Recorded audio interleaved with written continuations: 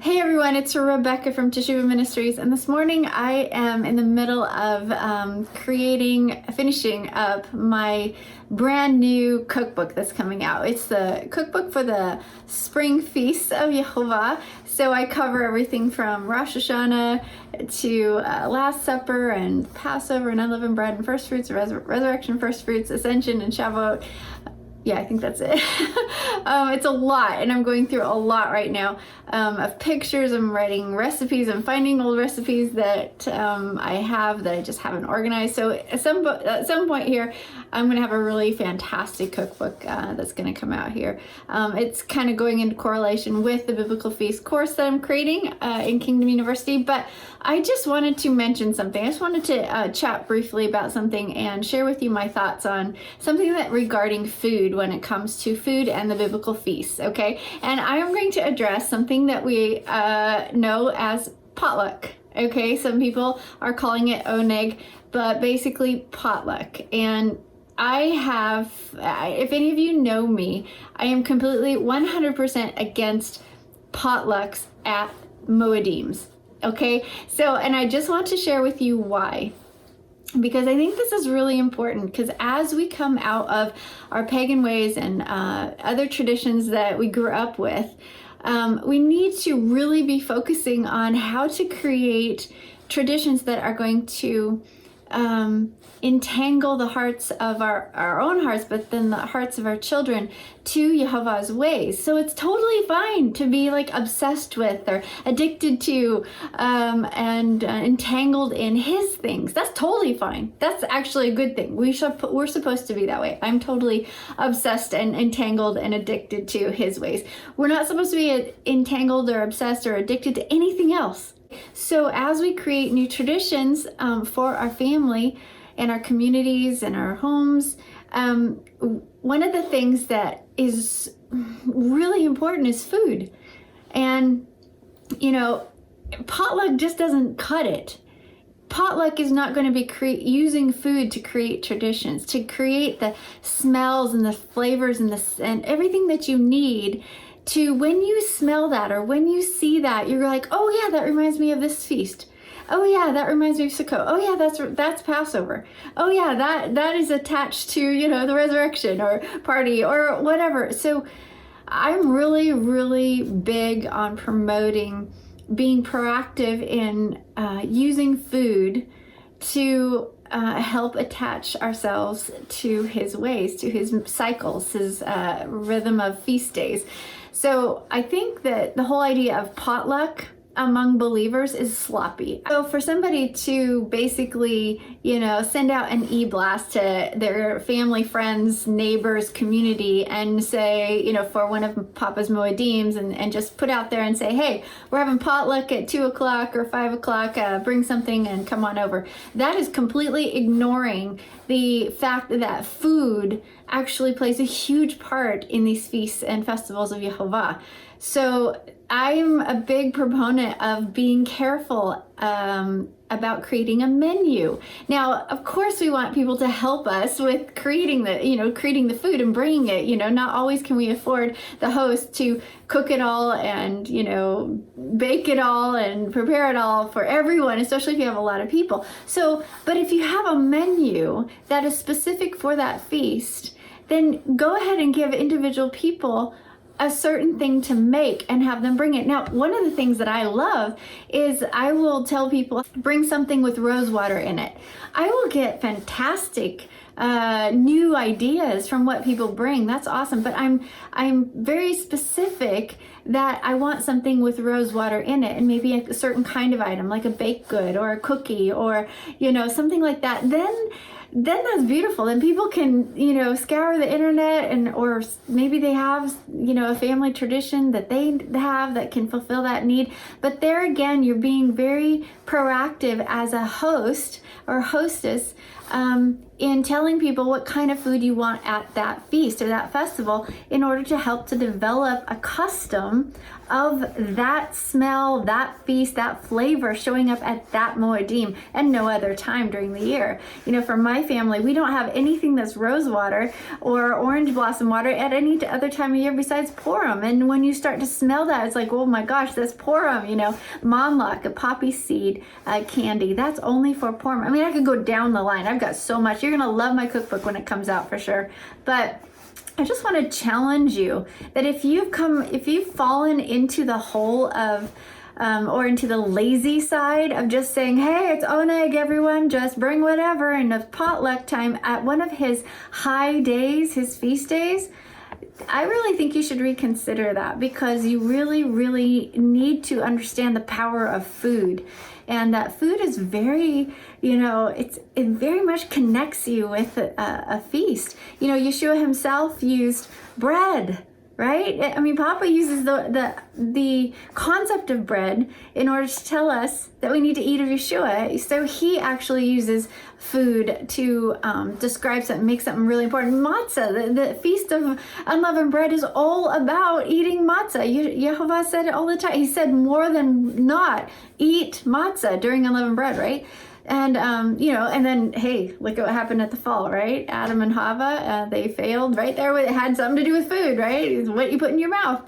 So stop being lazy, Israel, and get it together and start being really proactive in making really good menus that you're going to follow year after year. You can add to it, absolutely massage it, you know, and that sort of thing, and get it honed in so that your children know that when you start to go shopping for this, that, and the other ingredient to make this thing, and they start to smell those things coming into the house, that they know that this is Yah's feast time, and a specific feast, whatever one that is. This is, you know, part of his cycles, and I think it is so important. Another thing that I think is super important is giving him your best at the feast, with not just everything else, but I'm just harping on food right now. Like, I remember going to a feast at someone's house a long time ago. I don't even remember exactly where it was, but they were all sitting around the table, and it was a Shabbat actually. It was a Shabbat afternoon, and this whole group of people had been sitting around this table with books and, you know, Torah and all these Bibles and concordances and interlinear Bibles and everything, and they had been eating all day of unleavened words, right? They were trying to find the truth. They wanted the truth. And so they were really hammering out truth that day, which I guess they did every single Shabbat, which is a little exhausting in my opinion to do that every single Shabbat. And but anyway, that's another side story. But they got up, and we came a little bit late, and we were driving for a long way, and we came a little late. They finished up, and then we all got up away from the table and walked into the kitchen, and what I saw horrified me. It absolutely horrified me, because I'm a big organic, non-GMO girl who cares about what goes into my body. So they are caring about what went into their head and into their heart when they were studying, but they didn't care anything about what was going to go into their mouth. And I just found it shocking and so hypocritical, so two-faced, because here they care about the words, but they don't care about what's actually feeding this temple. So you have your body as the temple, your heart is the temple. So you've got to take care of the body. And we know enough now to know that GMO foods are going to start changing your DNA, and they are just poison. You have to, you know, if you're going to live every day taking care of your body, I hope you do, with organic, good quality food, then don't show up at one of his feasts with crappy food. You know, your tithe money is his savings plan for you to be able to go to the store or the farms or wherever you shop and get really good quality food for his feast days. All right, you should be saving your tithe money to do that. So you can go into the stores and not worry about price. You should be able to, you money's not, we don't have tons and tons of money to throw a feast maybe like Queen Esther did for the king and stuff, or like, perhaps King Solomon did in his reign.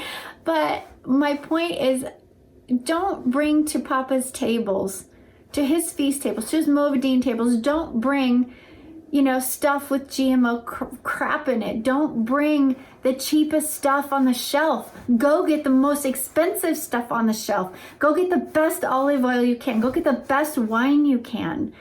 Don't get crappy knockoff stuff so that because you have a crowd of 20 coming, figure it out. Figure out how to feed that crowd with Papa's money, buying quality ingredients. You can totally divvy out to other people to help you, to say, and push it. I do it all the time, and I may make some enemies. I don't care, because it's Papa's table, okay? So, and I'm setting a precedent. I'm calling everyone into excellence, which he does anyway. I'm just trying to reiterate what he has already said. He wants all your heart. He wants all your everything. And he says he doesn't want something that doesn't cost you anything. And he doesn't want sacrifices that are, maimed or not good, not perfect. So get what's perfect and then bring it to the table, because that is one of the biggest ways that we participate in these Moedim, is through eating. So we're just like Brother Judah, right? We're part of Israel, and eating is a huge part of celebrating the feast. So stop being lazy and stop being sloppy and stop doing things half-ass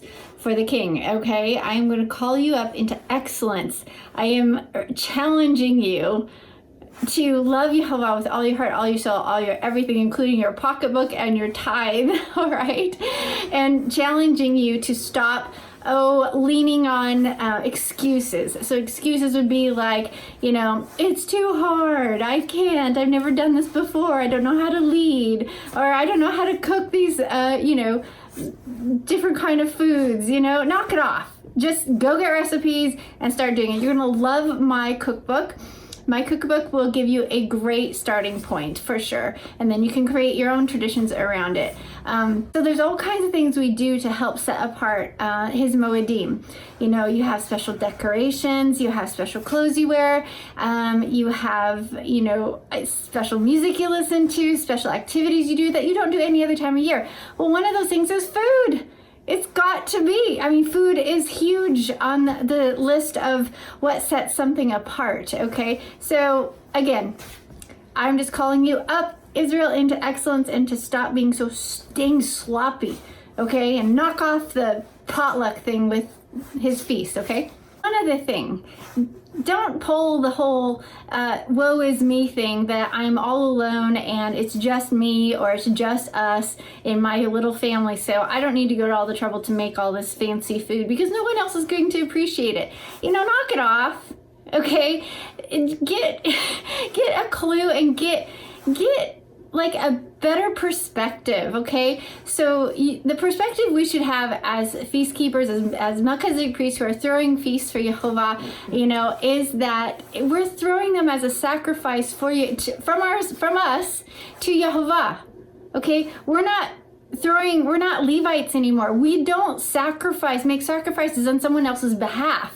This is your sacrifice, my sacrifice for myself to my king. Okay, to my creator, Yehovah Elohim, the family in heaven. So, make beautiful food for your family. Invite as much as you can. And when they don't come, which they won't, a lot of them won't, and you will end up with too much food, fantastic. You'll have food all week long to eat, okay? Blessed, you're being blessed by Yehovah. You get to eat that food all week long, and remember his ways and remember what he did and remember his Moedim. How beautiful is that? So if you want to say, I just don't have that many people that come, Rebecca, so I don't really need to be that worried about food. You know what? You need a new perspective. You need to get eyes to see from Yehovah's point of view, okay? And not just from your ground level point of view. This is a sacrifice that you are making to him, okay? If you're all by yourself, then fine. If you're all by yourself, make it all. Put it in front of you. Ask the Ruach HaKodesh to bring someone to your table, and I bet She will. At least one person, okay? So don't give me those excuses anymore. Don't give Papa excuses anymore. Don't give yourself excuses. Don't make excuses anymore for your behavior or your non-behavior or for your non-movement into this very important thing, okay? You don't have to be lazy in this just because you're alone or just because it's just one or just because it's just your little family, okay? No, pull out all the stops for the King, okay? And those hearts that are gathered, if you're all by yourself or just you and your family, what? Are you chopped liver? I don't think so. You're the bride.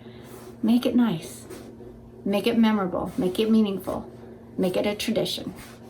Make Papa proud, okay? So I hope you take away from this, number one, don't do potlucks. Don't do potlucks at his moedim. Maybe on Shabbat, that's totally fine. That's totally fine on Shabbat. I've done that on Shabbat. Most of the time I'll go like, well, we're going to have soup and bread, so bring something along that line. And, so we might have too many soups or not enough bread. I don't know. Potlucks on Shabbat, onegs on Shabbat, that's different. But when it comes to his feast days, make a menu, be proactive in figuring out how you want to express that festival through food, and then make it a tradition. Write it down and then make it tradition.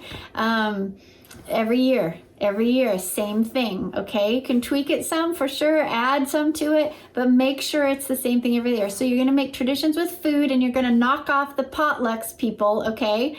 For his feast days. Number two, you're going to bring your very best to his table, as in you're gonna use his tithe money to get quality ingredients, GMO free, absolutely, and organic, hopefully locally sourced. Get the best for his feast table, okay? And then number three, I hope that you stand by to get my Spring Feast cookbook as soon as it is published. I will let you know. Right now, I do have the Winter Festival cookbook already ready to purchase. That's up on my store, and that has Hanukkah and Purim recipes in it, with spaces for you to write new recipes that you want to remember for next year, okay? So, or food organization is one of the hardest things for, I'm going to say the mom or the hostess, the one that is preparing all the food for the feast. And that said, Isaac joins me in food preparation all the time for the feast days. He loves it.